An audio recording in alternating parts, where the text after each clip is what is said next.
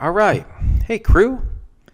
Let's take a look at this concept of persuasion today. All right. And before we get started, let's figure out where we were, do a little bit of a review, where we're going, why we're kind of talking about persuasion today. Okay. Review. Last week, was it on Tuesday? I think it was on Tuesday. We had our first of what is scheduled to be 3 presidential debates. CNN's Jake Tapper called the debate a hot mess, inside a dumpster fire, inside a train wreck.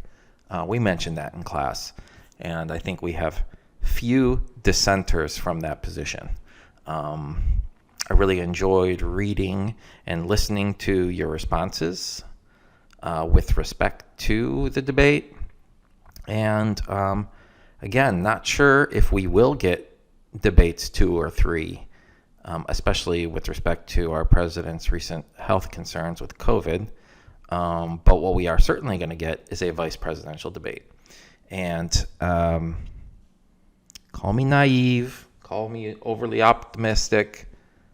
I really think we are going to get a good debate here. At the very least, a better debate than this first one. And I would say it's safe to say a much better debate. All right. So I asked you with respect to this first debate to consider whether either of these candidates note an issue that's important to you. If they noted it, maybe if they didn't note it, consider, why was this subject not discussed? And those silences speak volumes. Okay. This time I'm going to ask you to watch vice presidential debate and discover how Mike Pence and Kamala Harris use persuasion.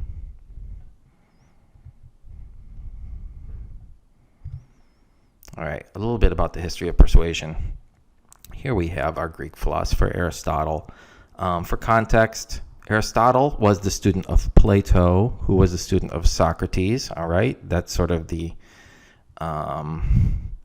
lineage of teachers and students. Aristotle, you see here, I kind of gave him a knife. There was a scroll there, but I think he really deserves a knife rather than a scroll. And this is why.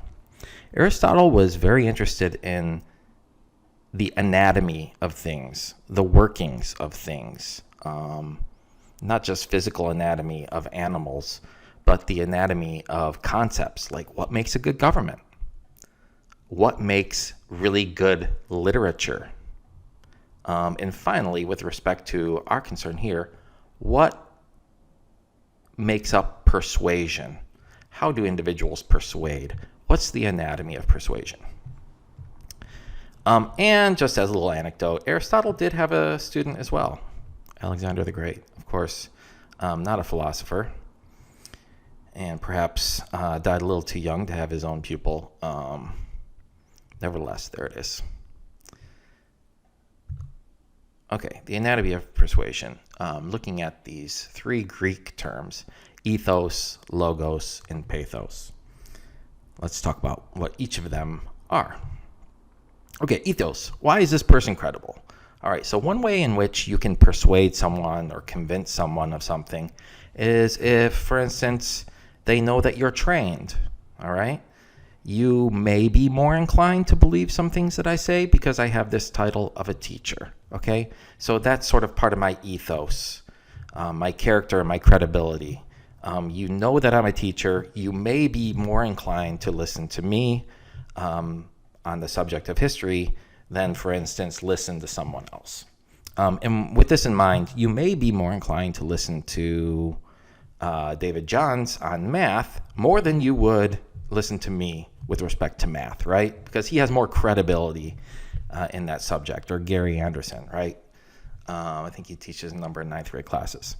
You're more inclined to listen to him on math than me, and you would be correct to do so.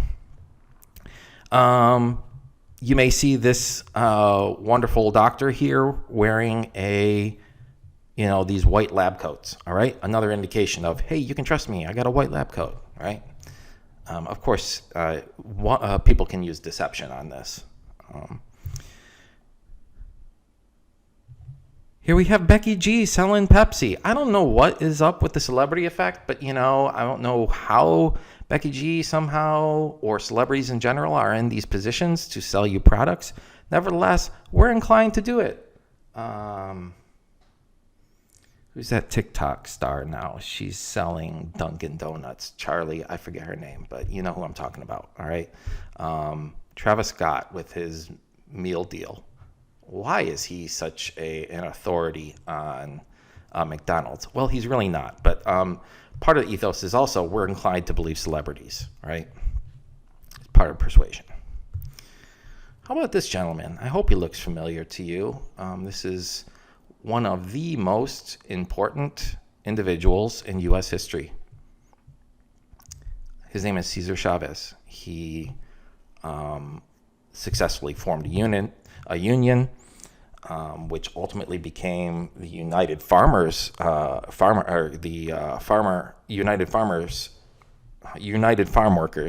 Union, and also successfully led nonviolent protests that led to better wages and working conditions for farm workers in California. And that also platformed to better working conditions for farm workers across the U.S. Of course, there's some ways to go here, but Cesar Chavez, being an enormously important person in the history of the United States for people who work. Well, where did he get his ethos from? He, at the time, wasn't really celebrity. He didn't have a diploma, no fancy jackets. In fact, he didn't even attend high school, all right? So he finished junior high and went to work. And I think therein lies his ethos, having worked hard work under terrible conditions from an early age gave him a lot of credibility when he attempted to unionize and get farm workers together to recognize the inhumane conditions that they're under and to unite in solidarity to combat the injustice and fight the injustice for themselves and for future generations. All right. And he didn't have the degree. He didn't have the fancy lab coat. What he was a hard worker who understood the problems. And that combination allowed him great, remarkable charisma, character, credibility, ethos. Okay, our second one is logos. So again, we're looking at the different ways you can persuade. Ethos was kind of this idea of credibility. Okay, Cesar Chavez, he actually went to prison for this cause. You're going to tell him this cause isn't important to him? He went to prison. That's credibility. Now we're looking at logos. And logos is logic. It's also facts, stats, and data. So starting out with logic. One way to persuade is just to say statements such as, if individuals enter the country illegally, then those individuals must be detained. This sort of if-then construction. And you don't have to agree with it, but this is sort of the process of being persuasive. You connect the dots and show logic. If children are being detained, then they must be with their families. Otherwise, it's cruel, okay? So this is what logic is stating, okay? If then. And it's part of logos.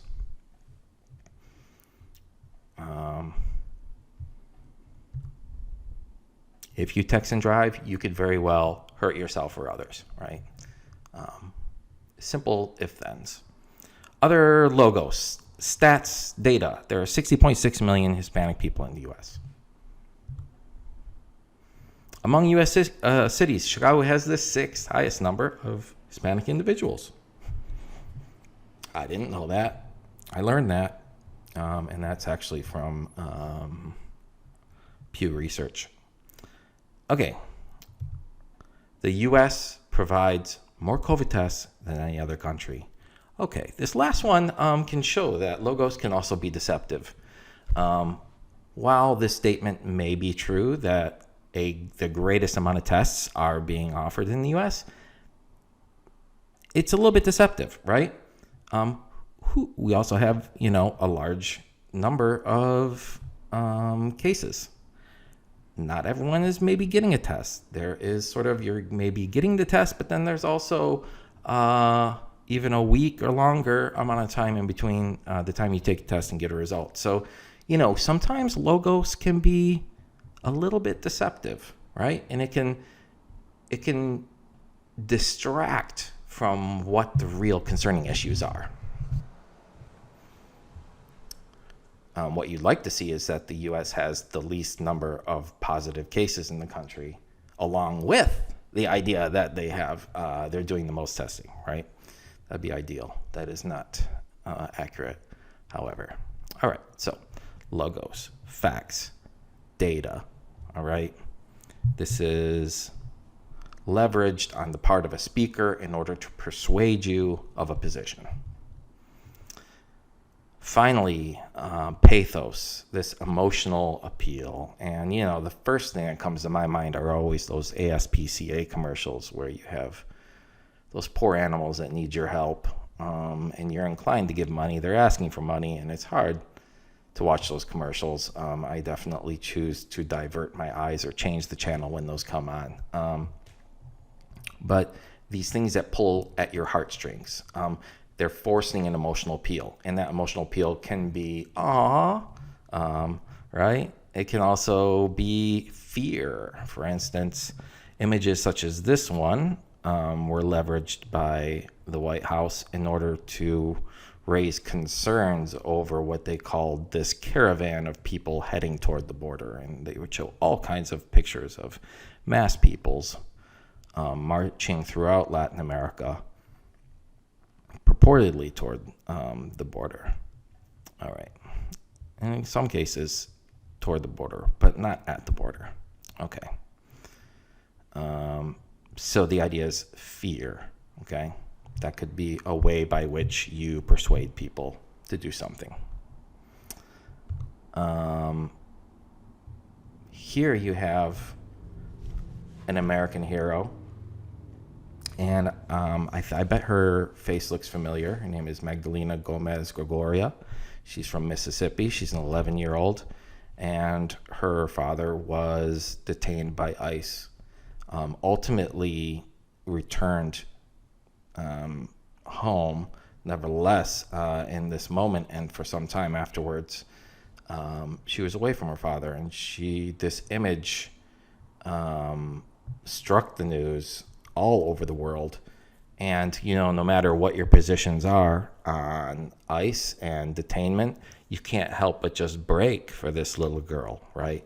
So we aren't using logos in this case, facts and data. We're trying to appeal to your emotions to make a case for one side or another. Another little picture here. This is not Chaz, the Capitol Hill Autonomous Zone, or CHOP, Capitol Hill Occupies Protests. I forget. It seems like they went from Chaz to CHOP, back to Chaz. But anyway, this was an altered photo that was put on a news platform to show how dangerous it was in Seattle. This is not Seattle. So images as well can also be deceptive at times. But the idea here is, again, to invoke this idea of fear or concern. It doesn't have to just be these emotions. You might want to appeal to pride. What does it mean to be an American, right? You can appeal to all sorts of human emotions, core, strong human emotions, in order to make a case. All right. I felt like I had another thing to say there, and I just can't recall, so my apologies.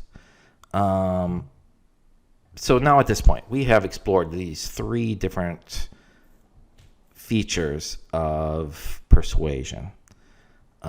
There's kind of who you are, your credibility. It appeals to not really what you're saying, but who you are, right? So, the president, despite what many of us may think of the president, nevertheless holds the title of President of the United States. And that's a solemn and revered position. So just by virtue of holding that position, he does earn much respect. Okay, so your task, so that was ethos. Then just to review that, the second one was logos, right? Stats, data, but also this idea of logic, if-then statements, very oftentimes. And then finally, the importance of emotion that can play in persuading you toward one position or another. Okay, finally, here we are. Watch the VP debate on Wednesday and note how Pence and Harris use these strategies to persuade you, okay? So ethos is going to be something that's a little more difficult to uncover in the debate itself, because ethos oftentimes doesn't come in a debate or a speech, but it's what you know about the individuals before they conduct that speech, right? So you know that Harris has deep experience in law as an attorney general, for instance, as an example. So ethos and then logos and pathos. How are they leveraging the last two, logos and pathos in particular, to persuade you? Are there successful examples? Are there less than successful examples? Who ultimately was the most persuasive? Are you seeing patterns of one party using a little more pathos, another party using a little more logos? All right, there you have it. And I'm confident this next one is going to go much, much better. Confident.